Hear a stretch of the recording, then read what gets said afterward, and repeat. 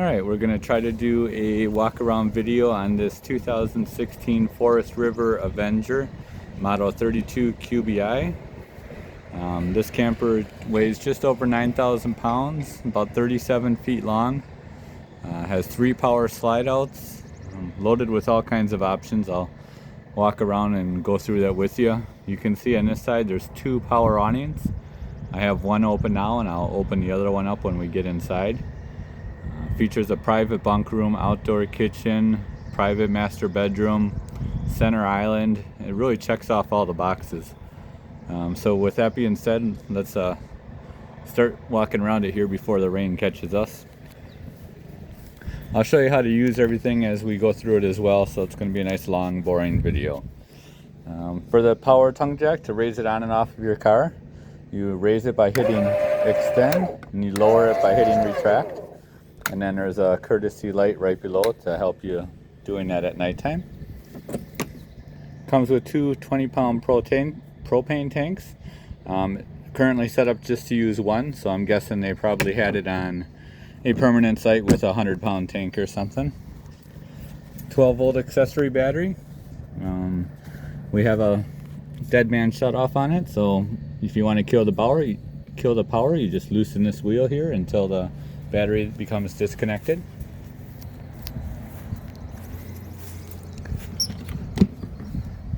Pass-through front storage. You see the jack handle in there. That jack is for lowering your stabilizers. There's one on each corner. On the outside you can see the LED light for the awning. A place to put your TV outside if you want, as well as electrical and cable hookups for it. Slide outs are in the out position right now. I'll show you how to bring them in when we get back inside.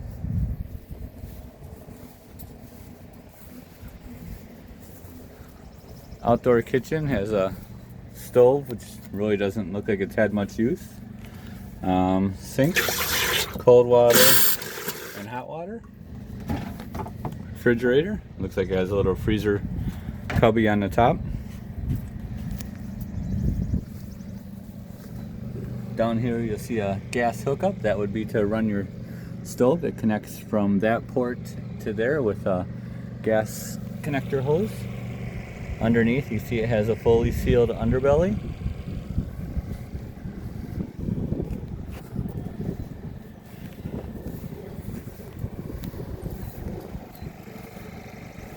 Spare tire.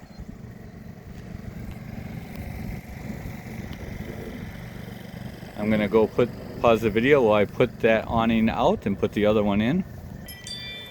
Alright, I actually left the other awning open too, just to show you how much awning coverage you get with them both in the open position. Just a ton. You could put a couple picnic tables under here if need be.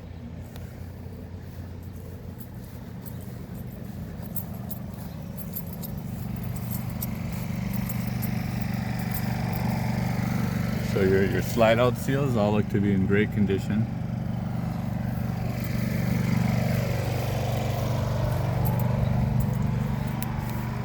$30 amp cord here. I have it on an adapter now. Furnace here. Hot water heater here. I just did the pressure release here just to make sure it was full of water. It's gas or electric. I'll run that in a bit just to show you how to run it. Tires look to be in good condition. They're dirty, but that's what we get after rain here. They don't show any signs of dry rot. Plenty of tread. This here is the back of your refrigerator. Both ports are. That would just be used if a technician had to service it. But you want to try to get up in there a couple times a year to keep it clean. See here you have your low point drains. Cold and hot water. Sewer connection. You'll see a couple different valves, release valves. Outdoor shower. City water connection. That would be where you hook your hose up to. This is your potable water fill. So if you're going to camp somewhere that doesn't have a hose, try to fill that up as close to your campsite as possible. A drain here for your freshwater tank. Again, you want to drain it and not travel with water in the tank if possible. Outdoor speakers. We'll head on inside and I'll show you how to use some stuff. First, I'll kind of give you just a big overview. That door in the back corner there is where the bunkhouse is. Just a beautiful layout in here. Tons of storage everywhere. So we'll start by bringing the awnings in because it's a little windy out. There's one here and one below. You'll see, I don't know if you can see or not, but rolling up there. They take a little while, but they operate nice and smooth and quiet. I'm not going to make you watch me do it the whole time, just want to show you that they work. Now I'm rolling up this one here. I'll do all of that afterwards. I'll pause it and roll them all the way up. Alright, back walking around in here. Bathroom's got a huge shower. We're not hooked up to a hose right now, but there's a little bit of water in the fresh water tank, so if I want to go ahead and use that water, turn the water pump on here. This is how you check all your tank levels. It'll show you on the indicator right here. Want to use the water, just go ahead and turn it on. Cold water, hot water. You'll hear the pump running until it rebuilds pressure. I'm going to take the hose off here for a second. And otherwise it'll just be too hard to spray in there. Cold water, or hot water, and cold water.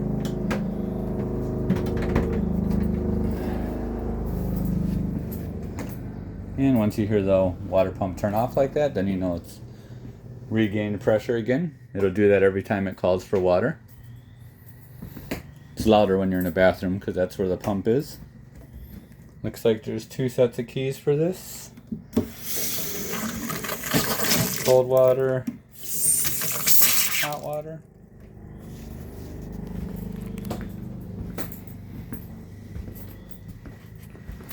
Walking towards the back here. Thermostat on the wall.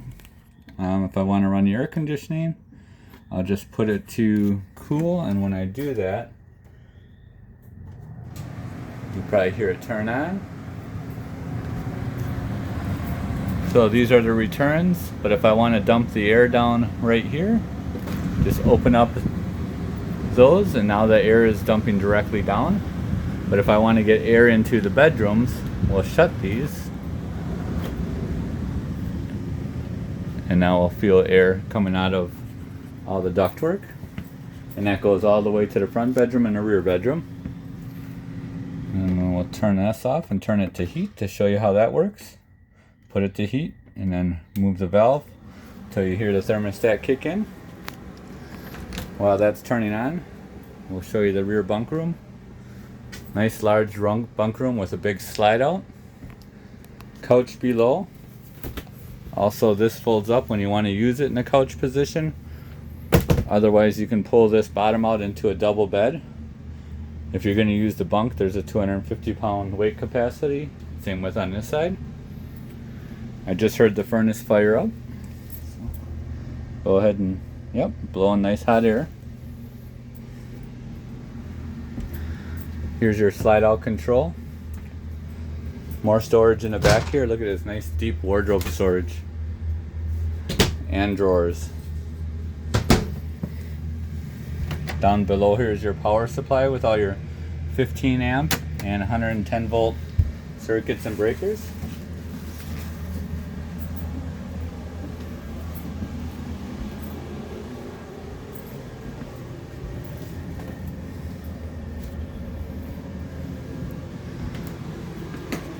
Down here is your carbon monoxide detector. I'm sorry, your LP gas detector. Green light is good. Yellow light means it's time to replace it, and a red light would mean it detects a fault and you need to go shut off your propane and figure out where it's coming from. It is an auto refrigerator, so when you have it in auto mode, it'll automatically choose electricity, and when you put it to gas mode, it'll only do gas. But if you leave it in auto mode, if you were to lose electricity, it'll automatically go over to gas, assuming you have propane in the tank and a power source, whether it be a battery. It'd have to be battery at that point. If you want to light your grill, just turn your burners on, hit the sparker, and shut it off.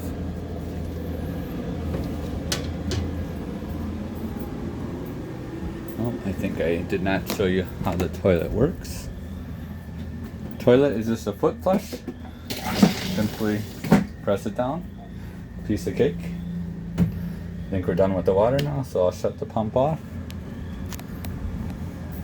I'm going to shut the furnace off because it's already hot in here. Let's move it to the off position. When you turn the furnace on and off initially, there is a slight delay where it's going through a series of tests. It might take up to a minute or so before it self-ignites. You can see there's a gouge in the floor there. Something must have got caught underneath the slide out when it went in and out. If I had to guess, there's a matching one right over here on this side. I'm sure they could be touched up easily. The rest of the flooring looks pretty good here.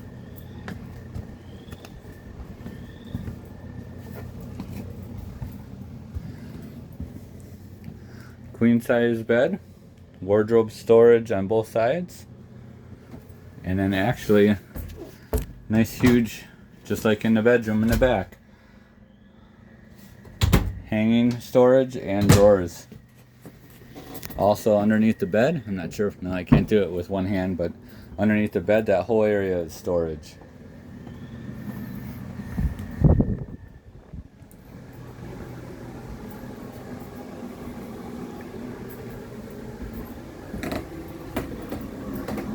Underneath the sink, all drawers and storage. This drawer here has all your manuals in it.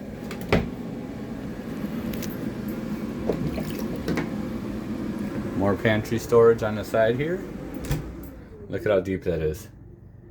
It's got to be 2 feet deep. Love it.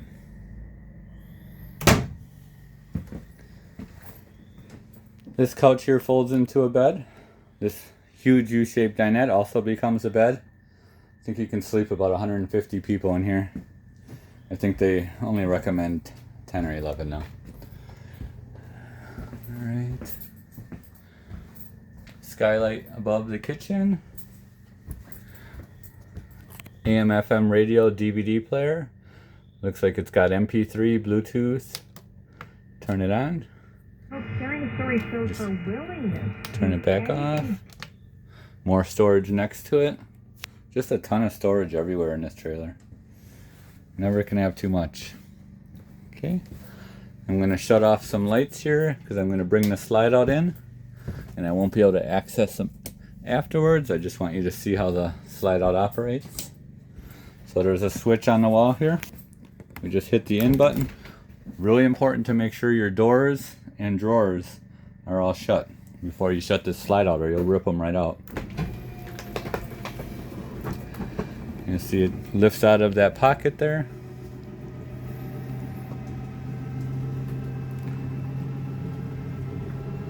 Slide outs all work really well on this trailer. It appears everything works really well on it.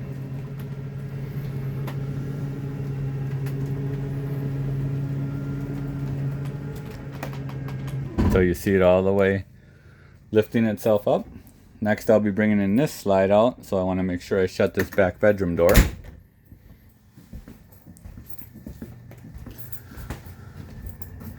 And then I come on the wall, and then this is for the 2 more slide outs. So first we're bringing in the big slide out with the dinette and the couch.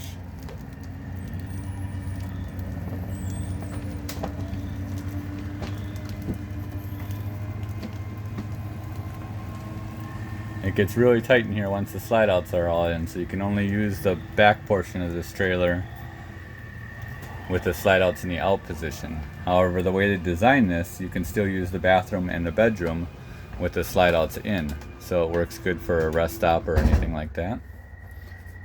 And then your other one, not sure if you can see it maybe through the window there.